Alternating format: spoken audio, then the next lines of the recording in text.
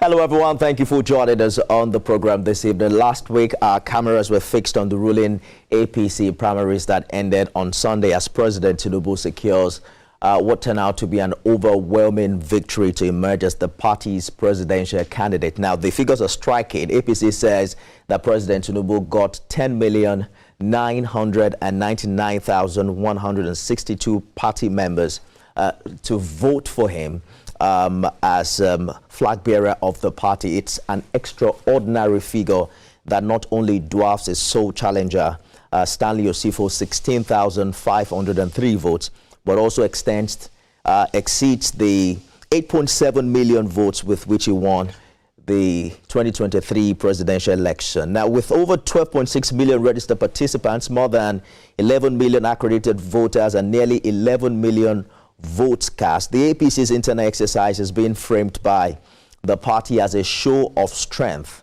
but opposition voices are already questioning the credibility of the figures.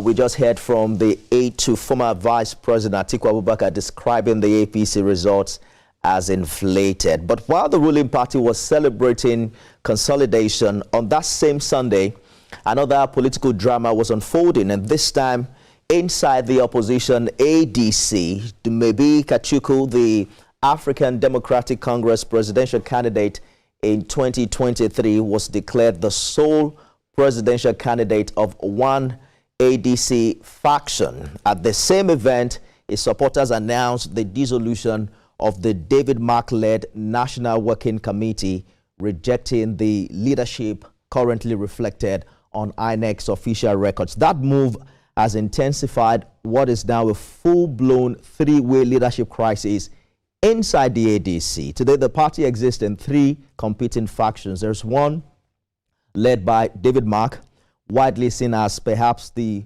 most politically influential, currently reflecting on INEC's website as we speak.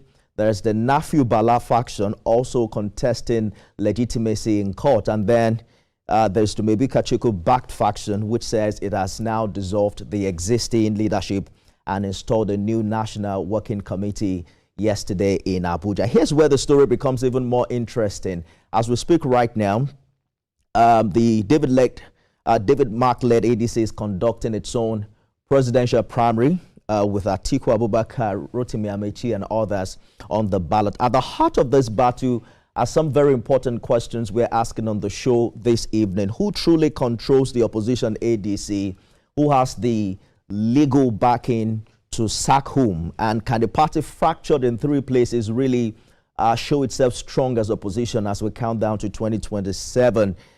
Today, Dumebi Kachikwu is seeking the presidency again, but this time his party is split in three. He joins me live from our Abuja studio, presidential hopeful and factional ADC candidate Dumebi Kachikwu.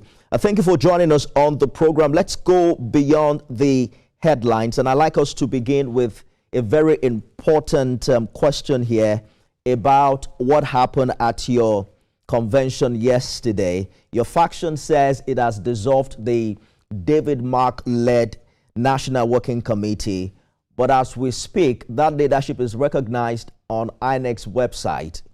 By what authority did you sack a leadership that the electoral umpire still recognizes? First of all, I don't subscribe to you calling my ADC factionalized ADC, or saying that I am the factional presidential candidate of ADC. There's only one ADC.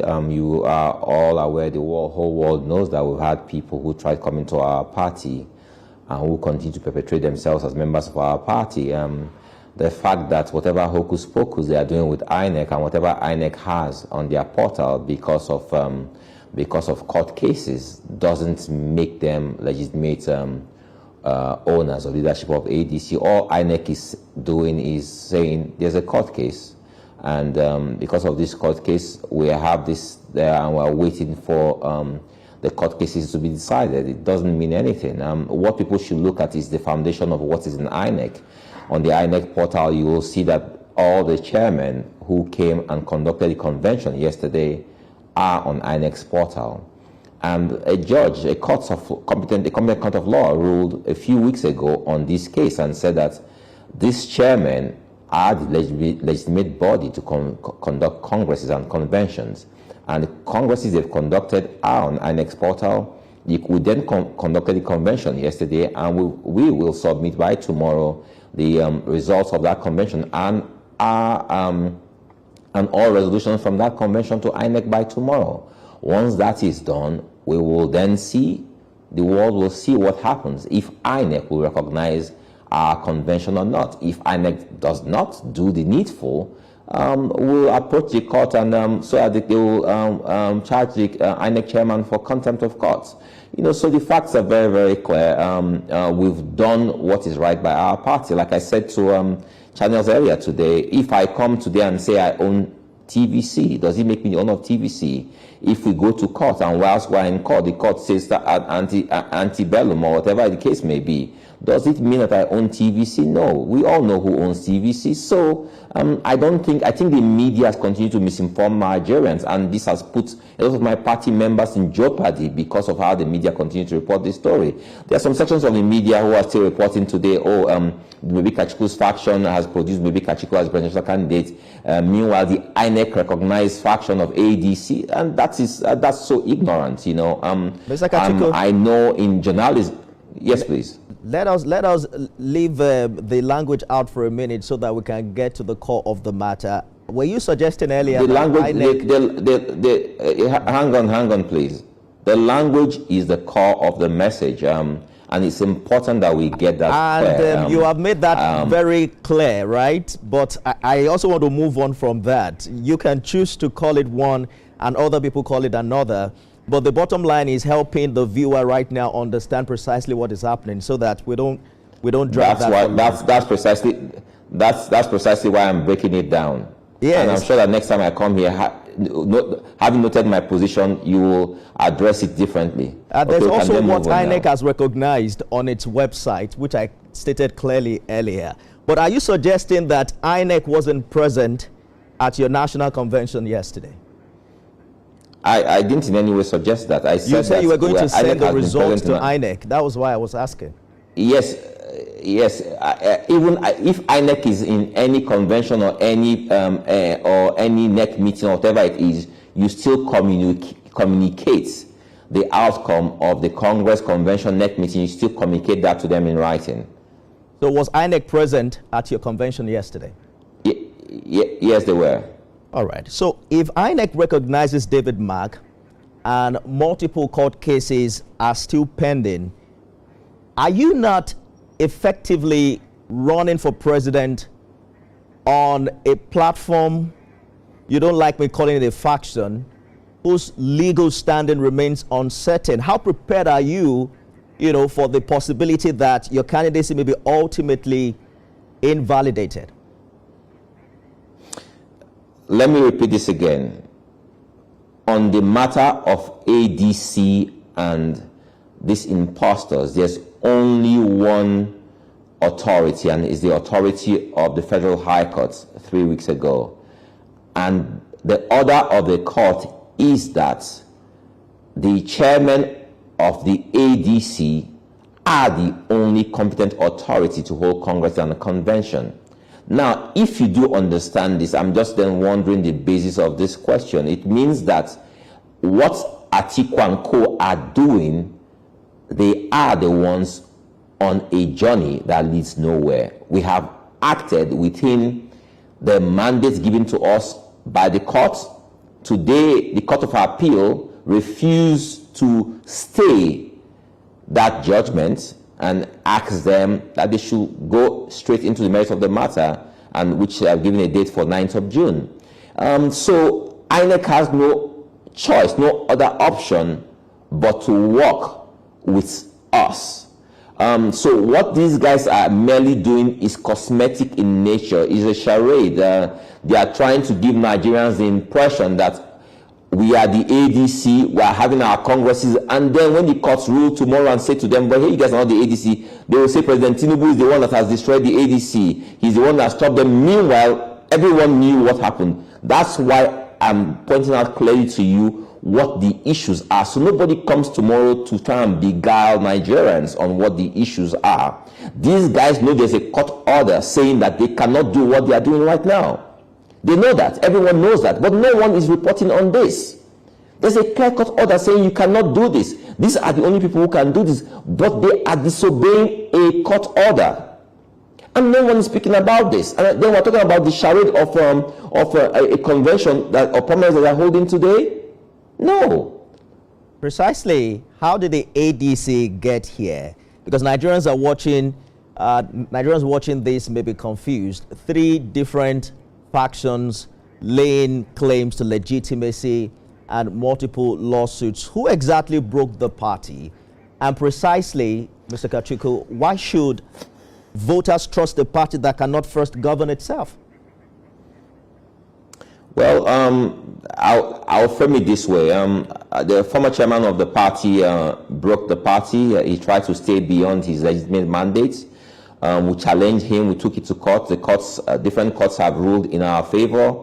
He refused to leave, and he tried to sell the party to these journeymen who came in through the back door. And we've challenged it, and we've made it clear to them our party is not to be used to prosecute any grudge match. We made it clear to Nigerians that these guys are prosecuting a war on the pages of newspapers, on social media. These guys have got nothing to offer to Nigerians. All these guys want to do is what they call salacious gossip or campaign of calumny against the government of the day. But these guys refuse to come to any debate stage or any debate table to proffer solutions to the myriad problems we have as Nigerians. And we got here because these guys came, tried to hijack our party. They got the media, brought the media into this, and the media started calling these people the ADC. And that is why we are here today. If the media were clear from day one that these guys are not the ADC and inform Nigerians appropriately as to what was going on in the ADC, I'm sure we will not be here. But it made for good news. You mean the media should have reported something different from what INEC has recognized on its official website? No, but I mean, let me say this again so we understand what INEC has said. On INEC's website, David Mark is recognized as chairman of the ADC. That's exactly what I'm saying. And I just said to you that on INEC's website, all the state chairmen who are recognized are there on INEC's website. Are you not understanding that? The state chairman, so all the state chairmen who had chairman, right? No. It's just like in Nigeria, you have the president of Nigeria, you have state governors. State governors have the ability to act within their mandate in their different states. I'm not disputing the names at the state level. What I'm saying is that as of today, on INEC's official website, the national chairman of the ADC is David Mark. The national secretary is Rauf Beshola. And I understand that, and I'm saying to you that what has happened is that INEC, in working with the former chairman, Ralph Nwosu, in accepting their resolutions and bringing them on board the INEC portal, the INEC platform, is the reason why we went to court in the first place. We have several court cases on this issue, and the cases are taking their time, are running through their course in court. We have one case that has been decided in the Federal High Court, and the court case made very, very clear that these people have no right to conduct any convention or any congress. Right. And that is what I am trying to make clear. Because when we keep on highlighting their name being on INEC's portal, it means nothing. It's neither here nor there. What is important is that we are acting within our constitution, and we're acting based on a court order. And that is what is paramount. These other guys are waiting. And that is fair, Mr. Kachikwu. I understand your position, right? But I'm also saying this for clarity, because you seem to have accused the media. When the Court of Appeal judgment came out, we saw INEC remove those names. Following the Supreme Court judgment, it restored it. But there's a growing perception that some smaller opposition figures or factions are being quietly encouraged or even used by ruling establishment to divide opposition forces and weaken a united challenge against President Tinubu next year. What do you say to Nigerians who believe your faction is playing exactly that role? Well, I don't. I believe that we have a what I call a vocal minority who buy into this charade. And when I say vocal minority, they are very vocal on social media.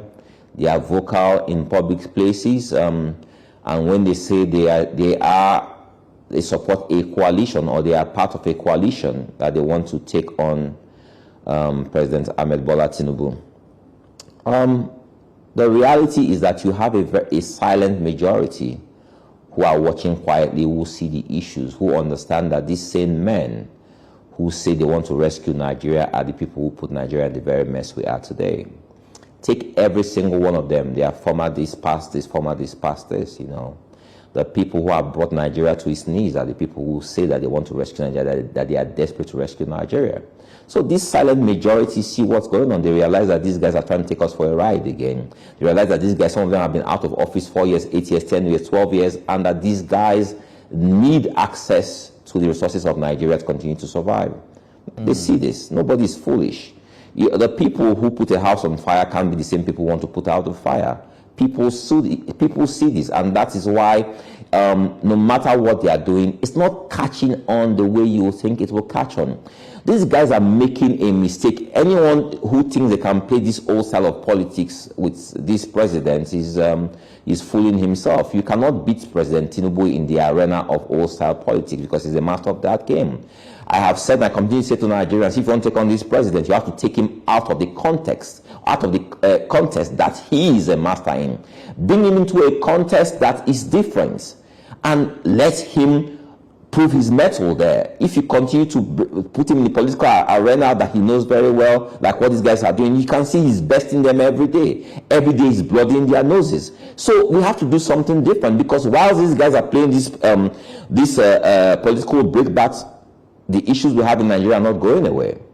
Insecurity, dilapidating infrastructure, the rate of unemployment, our economy is biting harder. So the issues are still there, and that is why I keep on saying that the job of the opposition is not just to oppose, but to propose. Tell you something.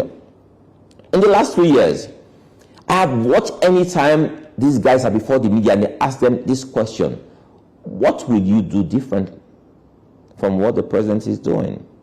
They can never answer this question. I challenge you, in the next couple of months, the media can ask them this question day and night, as many times as possible. What will you do to fix infrastructure? What will you do to fix security? What will you do to fix unemployment? What will you do to add to the housing stock? What will you do to fix the power situation in Nigeria? They can never give you any cogent answers. All right. They can never give you any cogent answers. Let me begin with you then. Subsequently, I will have them on the show. President Tinubu has now been in office for 3 years. Supporters say he has taken bold reform decisions. His critics, on the other hand, say that Nigerians are paying too high a price. Looking back at his performance, do you genuinely believe you would have done better than President Tinubu? Yes, and I will tell you why. I think that if we judge President Tinubu by his predecessor, President Tinubu has taken bold decisions and he's taking the country, at least he's doing something. But I will tell you the areas where I think that President Tinubu could have done better.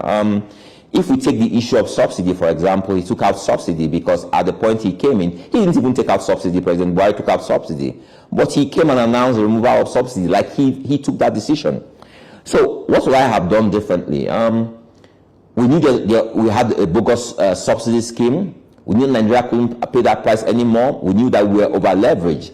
We knew that the former president had forward-sold all our crude production for the next 7 years. What will I do? I had two options that I will have looked at. One was to freeze subsidy for a period of 6 to 9 months. Reinforce that subsidy scheme. Go after everyone who has abused that subsidy. Mind you, the people who have abused subsidy are not more than 2,000 people. Over 250 million people are suffering for their infractions, for all they've done. I'll go after those people, make that scheme foolproof, and leave subsidy. How do I then pay? How do I then ensure that I have money to continue to take care of the infrastructure or of our recurrent expenditure? Well, I will look at our major revenue earner, for example, right now, the oil and gas sector. What's happening there? We are not optimizing production. There's a lot of there were a lot of thefts there. I understand with what Tamtita is doing, things have improved there, but you can still optimize production. You can still increase production. We're not meeting our OPEC quota, so why don't we increase this? With what we see happening on the Blue Seas, with the thefts going on there, why can't we put a stop to that? Why can't we increase our production and then we gain more money there? I saw what the president was trying to do with the tax reforms, right?